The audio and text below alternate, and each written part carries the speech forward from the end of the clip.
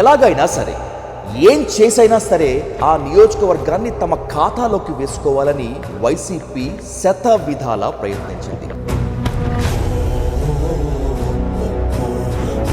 కానీ ఆ master mind sketch ముందు వైసీపీ పాచికలు ఏమీ పారలేదు. తొలిసారిగా అసెంబ్లీలోకి వచ్చి ఆదిరెడ్డి వాసు అనే నేను అని ప్రమాణ స్వీకారం చేస్తున్నప్పుడు హౌ డిడ్ యూ ఫీల్?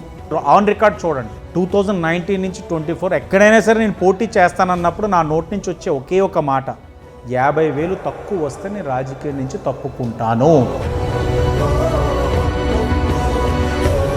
మళ్ళీ ఇక్కడ వైసీపీ గెలిచిందా మీ భూములు మొత్తం అంతా తీసుకెళ్ళిపోతారు, మళ్ళీ ఇక్కడ వైసీపీ గెలిచిందా మీ ఇల్లు కూడా మీకు కాకుండా పోతుందనేటువంటిది మీ వాయిస్తో మీ పిక్తో ఉన్నటువంటి ఆడియో రికార్డింగ్ రాజమండ్రి వాసుల చెవులలో మారుమోగిపోయింది. ఏంటి మీ గట్స్ ఏంటి, మీ ధైర్యం ఏంటి? అసలు ప్రజల్ని మబ్బి పెట్టడానికి దొంగ ఇళ్ల పట్టాలు, చట్టబద్ధత లేని ఇళ్ల పట్టాలు, నాలికి గీసుకోవడం తప్ప దేనికి పనికిరాని ఇళ్ల పట్టాలు. What is Margani Bharat in your vision? ఒక స్థాయికి వచ్చిన తర్వాత తన గతాన్ని మర్చిపోయి కనబడుతున్న దానికి అనుగుణంగా వెళ్ళిపోయాడు.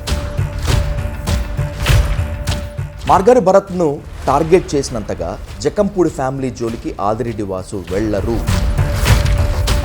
గంజాయి batch, blade batch, settlements, sex rackets, ఇవన్నీ చాలా వీటన్నిటికీ నాయకత్వం వహించినటువంటి వాళ్ళు జక్కంపూడి బ్రదర్స్. అందులో జక్కంపూడి గణేష్ పేరు వద్దన్నా కూడా చెప్పిన వాళ్ళు చాలామంది ఉన్నారు. అలాంటి జక్కంపూడి గణేష్ మీద కూడా మీకు సాఫ్ట్ కార్నర్ ఉందనుకోవాలా? బికాజ్ ఎందుకంటే జక్కంపూడి గణేష్ని మీరు టార్గెట్ చేసిన సందర్భాలు చాలా తక్కువ వాసు గారు.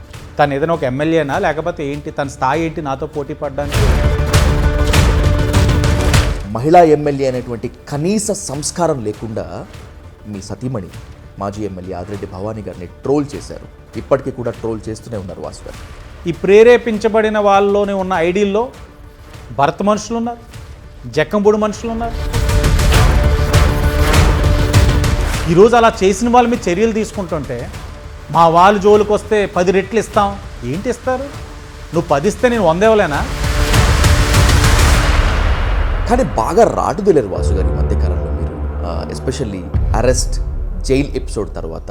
పోరాడితే ఈరోజు మనకి ఇబ్బందులు కలగచ్చు, కష్టాలు చూడొచ్చు, కానీ పోరాడితే మనం అనుకున్నదైతే మాత్రం ఇప్పుడు కాకపోయినా రేపన్న రోజున సాధించాలి.